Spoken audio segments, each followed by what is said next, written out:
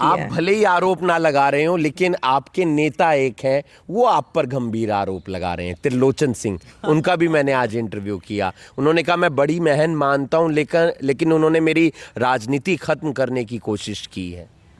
मैं ना तो किसी की राजनीति खत्म करती हूँ, मैं जिसका साथ देती हूँ, जो मेरा साथ देता है, जो मेरा साथ देता है, मैं उसका पूरा भी साथ कही देती कि हूँ। सुमीता सिंह अगर जीत जाती तो वो सबसे पहले मुझे कांग्रेस से बाहर निकलवाती, या फिर मेरी राजनीति खत्म करने का प्रयास करती। ऐसे है हिमांशु जी, आप कितनी देर से आप करनाल में हैं, बहुत बार आपने मेरा इंटरव्यू भी लिया, आप एक बार भी बता दें मैं किसी के खिलाफ भी कहीं कुछ भी बोलती हूँ, मैं नहीं इंटरव्यू बोलती। किया, मुझे यूं लगा कि आपके खिलाफ गुस्सा भी है और उनके मन में दर्द भी। आपको नहीं लगता बैठ के सब चीजें सॉल्व हो मेरे जाए? साथ तो उन्होंने कोई बात नहीं कही, ना मुझे उन्होंने बोला, मुझे अगर बोलते तो मैं बात कर लेती, ना मैंने उनका इंटरव्यू देखा है, और मेरे को किसी भाई या किसी बहन से मुझे कोई शिकायत नहीं है। भले ही आप किसी पर आरोप ना लगा रहे हो, लेकिन आप पर वो लोग आरोप लगा रहे हैं। आरोप तो मैं लगाऊंगी ना, किसने मदद की किसने नहीं मदद करी। मैंने तो, मेरी तो सबने मदद की, तो मैं तो किसी पे आरोप लगा ही नहीं रही उन्होंने हूँ। कहा कि 2000 सिर्फ फालतू वोट मेरे से ज्यादा आए, उनके 54,000 आए थे। मुझे नहीं मालूम उनके कितने आए, ना मुझे याद है, और ये तो लोगों का मैंडेट है, इसमें कम और बढ़ती की क्या जिक्र बात कर है। लेता हूं, जो उन्होंने कही वो जरूरी इसलिए हो जाता है क्योंकि वो बाद में पब्लिक ये ना कहे कि आपने उनके वाले सवाल पूछे नहीं। आप वन मैन शो चल रहे थे कि सुमीता सिंह है सिर्फ, ना उन्होंने भूपेंद्र सिंह हुड्डा को बुलाया, ना दीपेंद्र को बुलाया, ना उदय भान को बुलाया, ये उनका कहना है। उनको क्या मालूम, मैंने खुद चौधरी भूपेंद्र सिंह हुड्डा जी से बात की थी कि राहुल गांधी जी को आप यहाँ लेकर आए, हम यहाँ रोड शो करेंगे और आप भी आए। मेरी उनके जो प्रोग्राम लिख रहे थे, मैंने उनको भी कहा कि भाई हुड्डा साहब आ जाएं 2 या 3 तारीख को, उनके पास समय नहीं था, और 3 तारीख को उन्होंने फिर नूर महल में आकर प्रेस कॉन्फ्रेंस की है। और हमने मैंने उनको कहा ये बात, कहते वो इंदिरी विधानसभा में आता है नूर महल भी। अब उन्होंने कहा है, मैंने कहा मेरे को नहीं पता था नूर महल इंदिरी विधानसभा में आता है। उन्होंने कहा कि चलो कोई बात नहीं, आए तो वो करनाल में ही थे, और मैंने कोशिश की थी कि राहुल गांधी ये जी वन को मैन शो नहीं था सुमीता सिंह का। नहीं, वन मैन शो नहीं था, पूरी टीम थी हमारे साथ, पूरी करनाल के मेरे भाइयों की टीम मेरे साथ लगी हुई थी, और हम सारे लगे हुए थे। हमने कई जो थे अपने लेवल पे, सतपाल जी महाराज को ब्राह्मणों के लिए बुलाया, चन्नी जी को हमने जो है वो आए, उनका फ़ोन आया कि कहीं मेरी ज़रूरत है एक तो बात बताएं। और सामने निकल कर आई, वो पहले भी पता चली कि दीपेंद्र हुड्डा का कॉल कई नेताओं के पास गया कि आप लोग सुमीता सिंह की मदद नहीं कर रहे हैं। क्या इस तरीके की भी कोई नहीं, बात हुई? मेरे सामने ऐसी ना कोई बात हुई, और मेरी तो भाई सभी कांग्रेस कार्यकर्ताओं ने मदद की है, और मेरी दीपेंद्र जी से कोई बात ही नहीं हुई इस किसी बारे के में। थ्रू बात हुई नहीं, हो? किसी के थ्रू बात नहीं हुई। चुनाव संपन्न हो चुका है, नतीजे भी आ चुके हैं और बीजेपी को इस बार बहुमत मिला है। हैट्रिक लगाई है बीजेपी ने और करनाल लोकसभा में क्लीन स्वीप किया है। लगातार अलग अलग नेताओं के पास हम जा रहे हैं, उनसे बातचीत कर रहे हैं। हॉट सीट करनाल की बात कर लेते हैं। सुमीता सिंह कांग्रेस की उम्मीदवार, लेकिन चुनाव हार गई। शायद उन्हें खुद को उम्मीद नहीं थी कि इतनी बड़ी हार, यानी कि 33,000 वोटों से उनको हार का सामना करना पड़ेगा।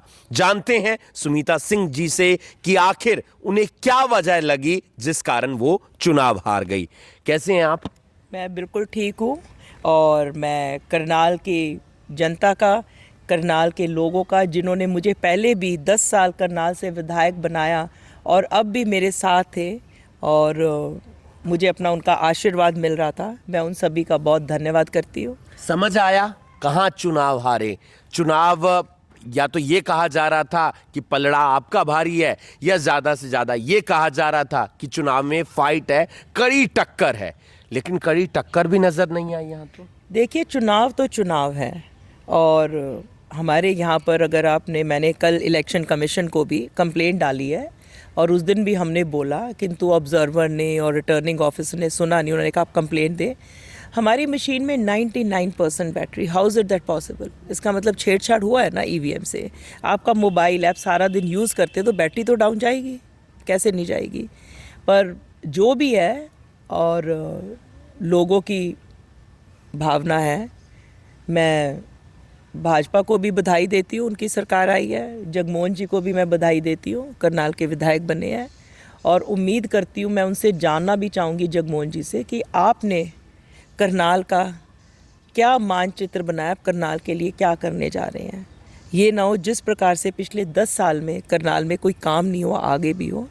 और हम उनसे यही पूछना चाहेंगे कि वो क्या करने वाले हैं अब करनाल के लिए। सुनीता सिंह बड़ी कॉन्फिडेंट थी, उनके आसपास के लोग बड़े कॉन्फिडेंट थे, तमाम भीड़ जुटती थी, लेकिन वो हुआ नज़र नहीं आया। किसी भी बूथ पर नज़र नहीं आया, किसी भी गांव में नज़र नहीं आया। ऐसा क्या हो गया? नहीं, बूथ पे तो नज़र आ रहा था। हम जहाँ भी गए पूरा रश था, भीड़ थी। और लोगों की मालूम नहीं मुझे क्या हुआ क्या नहीं हुआ। एक ईवीएम का तो है ही है जो मैं आपको बोल रही हूँ। और अगर लोग जिसको चाहते थे, मैं उनकी भावनाओं के साथ, ठीक है, except what they have done. आपको ऐसा लगा जो लोग आपके साथ थे, क्या वो चुनाव वाले दिन या फिर पीछे से आपके साथ नहीं थे? मैं तो सबका धन्यवाद करती हूँ, सबने मेरा साथ दिया है। और जिन्होंने साथ दिया उनका भी धन्यवाद करती हूँ। जिन भाइयों ने साथ नहीं दिया मैं उनका भी धन्यवाद करती हूँ। मेरे करनाल के हैं, मेरा परिवार है। ऐसी कोई उदयबान जी को, भूपेंद्र सिंह हुड्डा को या एआईसीसी में शिकायत तो नहीं देंगे कि इन लोगों ने मेरा साथ नहीं दिया? नहीं, मैं किसी की शिकायत नहीं करने वाली। मेरा साथ सभी ने दिया है। ये तो जन भावना है, जन भावना है। अगर मैंडेट है, आई एक्सेप्ट इट। ये सिर्फ आपको नहीं लग रहा है कि ये हुआ क्या है, करनाल की आधी जनता को भी लग रहा है कि आखिर हुआ क्या है। आधी जनता का कहने का मतलब है तमाम लोगों को। और जयप्रकाश गुप्ता जी आपके साथ जुड़े, सुरेश गुप्ता जी आपके साथ नजर आए, इसके अलावा तमाम एमसी जो पूर्व पार्षद हो गए थे उन्होंने पार्टी को ज्वाइन किया। क्या वो अपने साथ वोट बैंक लेकर नहीं आए थे? देखिए, मैं तो किसी के बारे में भी कुछ भी आपको नेगेटिव नहीं बोलने वाली हूँ। नहीं, मैं ये भी नहीं कह रहा आप नेगेटिव बोलिए, मैं ये जानना चाह रहा हूँ कि आखिर नहीं, सभी ने मदद की है, सभी ने मेहनत की है, हर कोई लगा हुआ था। और लोग क्या चाहते हैं वो तो लोग ही बता सकते हैं ना। पर अब हम जो भी मुद्दे होंगे करनाल के, मैं हर एक मुद्दा करनाल का उठाऊंगी। करनाल के विकास का मुद्दा उठाएंगे हम। करनाल के अंदर अगर पहले जिस प्रकार से भ्रष्टाचार हुआ, हम चाहेंगे जिन लोगों ने भ्रष्टाचार किया, हाँ, जो जगमोहन जी हैं, उनको, उनके खिलाफ एक्शन ले। ये जो प्रॉपर्टी आईडीज जो कंपनी है उसने लोगों को इतना तंग किया, उनके खिलाफ एक्शन ले। नहीं तो हम आवाज़ उठाएंगे, हम बोलेंगे उसके खिलाफ। और हम चाहेंगे कि विकास हो करनाल के अंदर, करनाल के लोगों का काम हो। आपने रात को जैसे आप आए, कल्पना चावला मेडिकल कॉलेज के बाहर आए, हमने कवरेज गई। अभी भी जाऊंगी। अच्छा। अभी भी अगर आप लोग नहीं आओगे तो मैं फेसबुक, अगर आप बताएंगे किसी का कॉल मैसेज आएगा, हमें 15 से 20 मिनट का वक्त लगता है। मैं आपको आधा घंटा दे दूंगी। मैं अभी भी, मैं जिस, नहीं तो मैं फेसबुक पे लाइव, मैं लाइव दिखा दूंगी, फेसबुक पे लोग देखते हैं। अभी भी मैं मुद्दे उठाऊंगी। और मुझे नहीं लगता, जहाँ जहाँ मैं गई उस दिन लाइटें ठीक हो गई। और ये पटवार खाना रहा, मुझे नहीं लगता अभी भी इसके वहाँ लाइट लगी होगी या कोई चौकीदार बैठा होगा। ये सब चीजें होनी चाहिए ना। ये नेगेटिव तो नहीं गया आपको? तो ऐसा तो नहीं लगता? नहीं, नेगेटिव क्यों जाएगा? मैंने लोगों की आवाज उठाई है, लोगों की बात उठाई है, नेगेटिव क्यों जाएगा? आगे भी उठाएंगे, आगे भी हम शहर के मुद्दे उठाएंगे। करनाल के लोगों ने मुझे बहुत प्यार दिया है। 56,000 वोट पड़ी है, कम नहीं है। 56,000 वोट पड़ी है, कोई कम तो नहीं है। चुनाव चला कहाँ गया? मुद्दों पर चला गया या फिर किसी और ऐसी जगह चला गया जहां पर आपको लगा कि यार, या अपने आप से कि यहां मैं कमजोर पड़ गई? मैंने तो सिर्फ विकास और विकास की बात की है, मैंने और कोई मुद्दे उठाए नहीं। और मैं अब भी करनाल की 36 बरादरी का धन्यवाद करती हूँ जिन्होंने मेरा साथ दिया। और आगे भी मैं इसी प्रकार से करनाल के विकास, करनाल की आवाज़ हम बन के, हम विपक्ष की भूमिका अच्छे से निभाएंगे। 3 ऐसे आरोप जो आप पर लगे वो ये कि एक तो इस समय आपने जो कार्यक्रम हो रहे थे जगमोहन आनंद के, वहां पर धमकाया, फोन कॉल करके, इस तरीके के आपने फोन किए क्योंकि उस पर नंबर आ रही थे। मुझे आप ये बताओ, क्या मेरी सरकार है, ईडी उनके पास है, सीबीआई उनके पास है, प्रशासन उनके पास है, मैं किसी को कैसे धमका सकती हूँ? और मैं तो वैसे भी किसी को धमकाती नहीं, और मेरा हक बनता है, अगर आपसे मैंने वोट मांगने का, फ़ोन करने का, मेरा हक बनता है कि भाई मुझे वोट देना, मेरी मदद करना।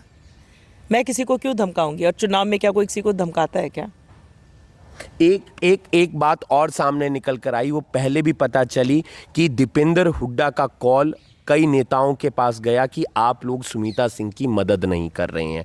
क्या इस तरीके की भी कोई नहीं, बात हुई? मेरे सामने ऐसी ना कोई बात हुई, और मेरी तो भाई सभी कांग्रेस कार्यकर्ताओं ने मदद की है, और मेरी दीपेंद्र जी से कोई बात ही नहीं हुई इस किसी बारे के में। थ्रू बात हुई नहीं, हो? किसी के थ्रू बात नहीं हुई।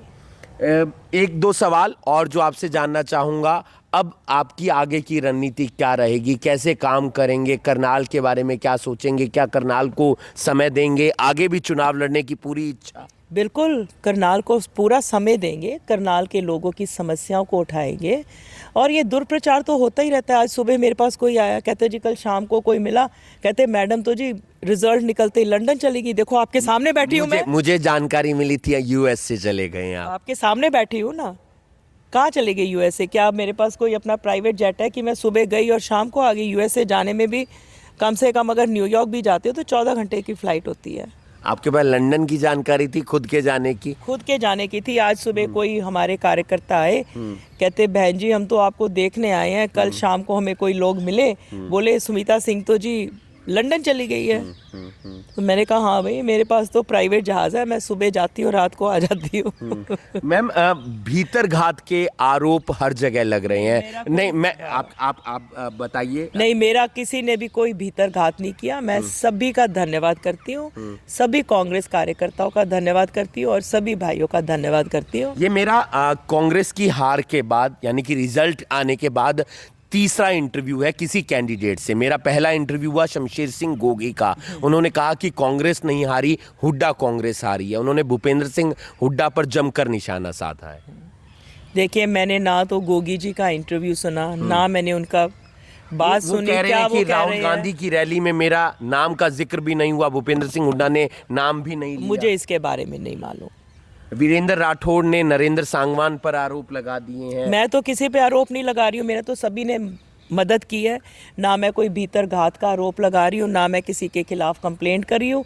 पर हाँ, जो ईवीएम हमारा जो 99% जो बैटरी रही है, उसके खिलाफ मैंने इलेक्शन कमीशन को लिखा है, और मैं आपको भी भेज दूंगी लेटर, वो मैंने लिखी आप है। भले ही आरोप ना लगा रहे हो, लेकिन आपके नेता एक हैं, वो आप पर गंभीर आरोप लगा रहे हैं, त्रिलोचन सिंह। उनका भी मैंने आज इंटरव्यू किया। उन्होंने कहा मैं बड़ी महन मानता हूं, लेकिन उन्होंने मेरी राजनीति खत्म करने की कोशिश की है। मैं ना तो किसी की राजनीति खत्म करती हूँ, मैं जिसका साथ देती हूँ, जो मेरा साथ देता है, जो मेरा साथ देता है, मैं उसका पूरा साथ देती हूँ। और त्रिलोचन सिंह तो मेरा भाई है, उन्होंने भी मेरा साथ दिया है, मैं उनके बारे में कुछ कहना नहीं चाहती। उन्होंने एक बात और भी कही कि सुनीता सिंह अगर जीत जाती तो वो सबसे पहले मुझे कांग्रेस से बाहर निकलवाती, या फिर मेरी राजनीति खत्म करने का प्रयास करती। ऐसे है हिमांशु जी, आप कितनी देर से आप करनाल में हैं, बहुत बार आपने मेरा इंटरव्यू भी लिया। आप एक बार भी बता दें, मैं किसी के खिलाफ भी कहीं कुछ भी बोलती हूँ? मैं नहीं बोलती हूँ। सब अपने हैं, पता नहीं उनको क्यों, किस बारे में लगा, किस चीज़ से उनको लग नाराज रहा है है। वो आपसे। मैंने जो इंटरव्यू किया, मुझे यूं लगा कि आपके खिलाफ गुस्सा भी है और उनके मन में दर्द भी। आपको नहीं लगता बैठ के सब चीजें सॉल्व हो मेरे जाएं? साथ तो उन्होंने कोई बात नहीं कही, ना मुझे उन्होंने बोला। मुझे अगर बोलते तो मैं बात कर लेती, ना मैंने उनका इंटरव्यू देखा है। और मेरे को किसी भाई या किसी बहन से मुझे कोई शिकायत नहीं है, बिल्कुल भी शिकायत नहीं है। करनाल की जनता को कुछ कहना चाहेंगे? करनाल की जनता का मुझे बहुत प्यार मिला, मैं करनाल की जनता का आभार व्यक्त करती हूँ।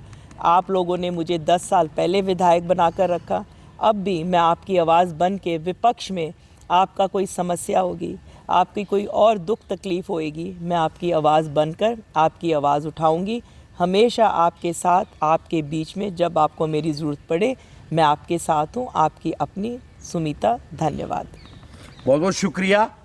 भले ही आप किसी पर आरोप ना लगा रहे हो, लेकिन आप पर वो लोग आरोप लगा रहे हैं। आरोप तो मैं लगाऊंगी ना, किसने मदद की, किसने नहीं मदद करी। मैंने तो, मेरी तो सबने मदद की, तो मैं तो किसी पे आरोप लगा ही नहीं रही उन्होंने हूँ। कहा कि 2000 सिर्फ फालतू वोट मेरे से ज्यादा आए, उनके 54,000 आए थे। मुझे नहीं मालूम उनके कितने आए, ना मुझे याद है। और ये तो लोगों का मैंडेट है, इसमें कम और बढ़ती की क्या बात है? वो भी हमारी थी, अपने भाई की वोट थी, ये मेरी है, ये उनकी बहन की वोट है, तो क्या फर्क पड़ता है। इंटरव्यू खत्म करने से पहले एक बात और जिक्र कर लेता हूं, जो उन्होंने कही वो जरूरी इसलिए हो जाता है क्योंकि वो बाद में पब्लिक ये ना कहे कि आपने उनके वाले सवाल पूछे नहीं। आप वन मैन शो चल रहे थे कि सुमीता सिंह है सिर्फ, ना उन्होंने भूपेंद्र सिंह हुड्डा को बुलाया, ना दीपेंद्र को बुलाया, ना उदय भान को बुलाया, ये उनका कहना है। उनको क्या मालूम। मैंने खुद चौधरी भूपेंद्र सिंह हुड्डा जी से बात की थी कि राहुल गांधी जी को आप यहाँ लेकर आए, हम यहाँ रोड शो करेंगे और आप भी आए। मेरी उनके जो प्रोग्राम लिख रहे थे, मैंने उनको भी कहा कि भाई हुड्डा साहब आ जाएं 2 या 3 तारीख को। उनके पास समय नहीं था और 3 तारीख को उन्होंने फिर नूर महल में आकर प्रेस कॉन्फ्रेंस की है।